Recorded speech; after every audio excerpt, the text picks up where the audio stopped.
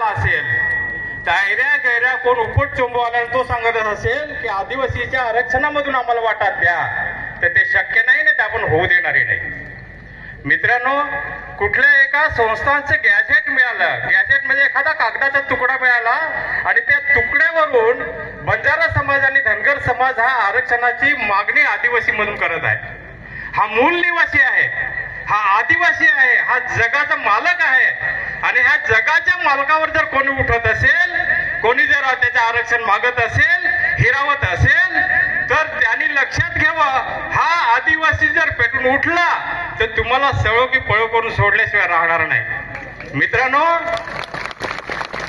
आज त्यांचे मोर्चे आंदोलने प्रत्येक जिल्ह्यात महाराष्ट्र राज्यामध्ये होत आहेत, आपण बघतो, ऐकतो.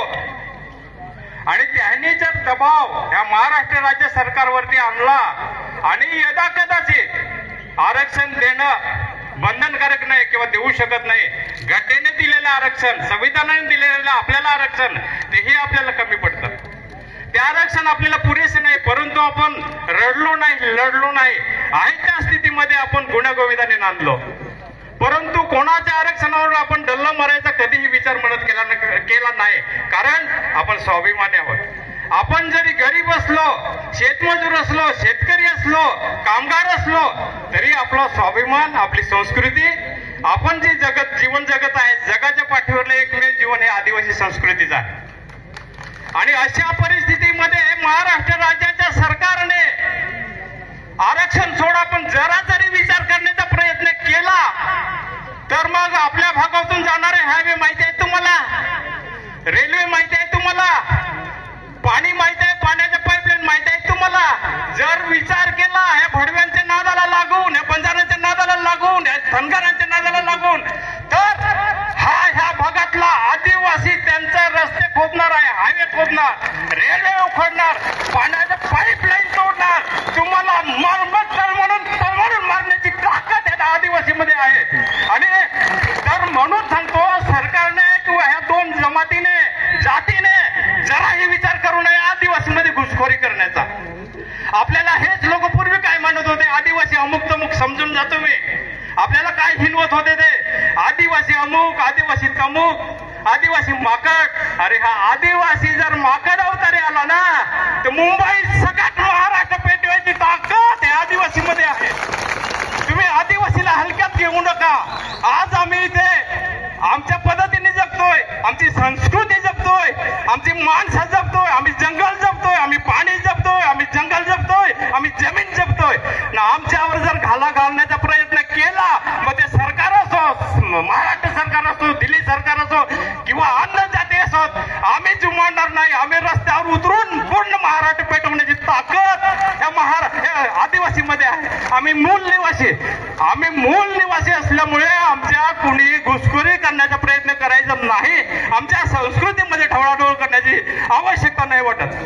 मित्रांनो, मी तुम्हाला एवढंच सांगेन की आपण जरी गरीब असलो, फाटके तुटके असलो, पण आपण निसर्गाला सांभाळून आहोत. आजपर्यंत जे निसर्ग सांभाळलाय तो आपण सांभाळलाय.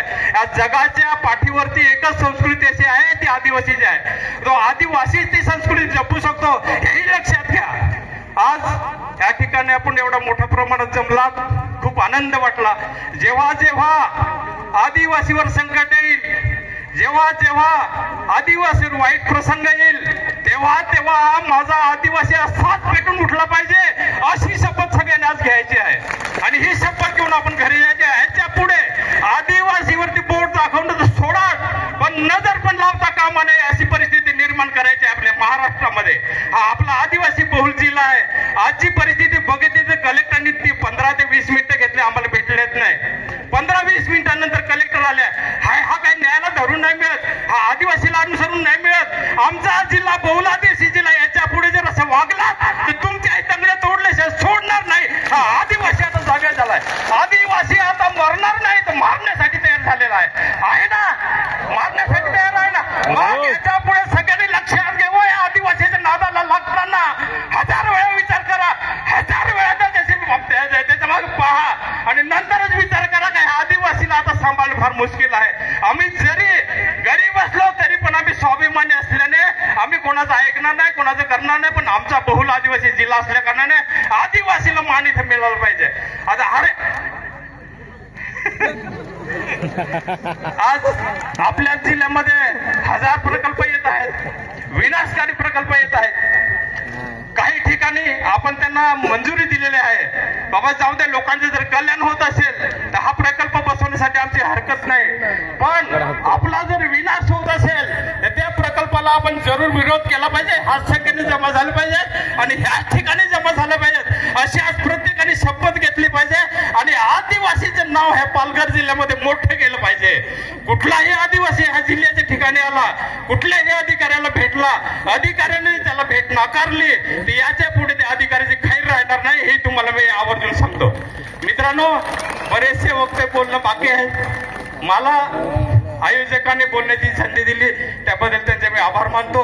आणि आपण एवढ्या लांबून आलात, उन्हातान्हातून आलात, आपल्या आरक्षणासाठी आलात, आपल्या हक्कासाठी आलात, आपल्या न्यायासाठी आलात, त्याबद्दल आपले सर्वांचे आभार मानतो. माझे मनोगत संपवतो. जय आदिवासी, जय जवान.